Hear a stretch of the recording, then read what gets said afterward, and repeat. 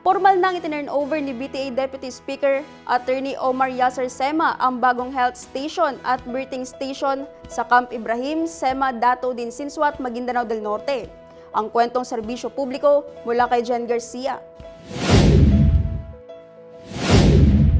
Isinagawa ang turnover ceremony ng isang palapag ng health station at birthing station na may kumpletong kagamitan para sa panganganak sa Camp Ibrahim, Sema, Barangay Bago Ingid noong November 7.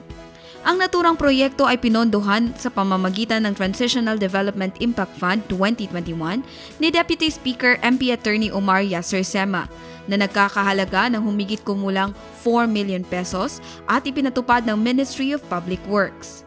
Sinimulan ang proyekto noong panahon ni former Chief Minister Ahod Balawag Ibrahim at formal nang na-turn over sa ilalim ng administrasyon ni Interim Chief Minister Abdul Rauf Makakwa.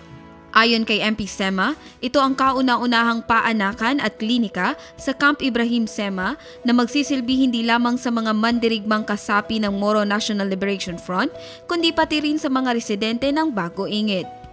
Malaking ginhawa naman ito sa mga kababaihang dati kailangang bumiyahi papunta sa sentro ng bayan upang manganak at magpa-check up. Kaya, laking pasasalamat nila sa proyektong ito na magagamit ng komunidad. Jen Garcia, iMinds, Philippines.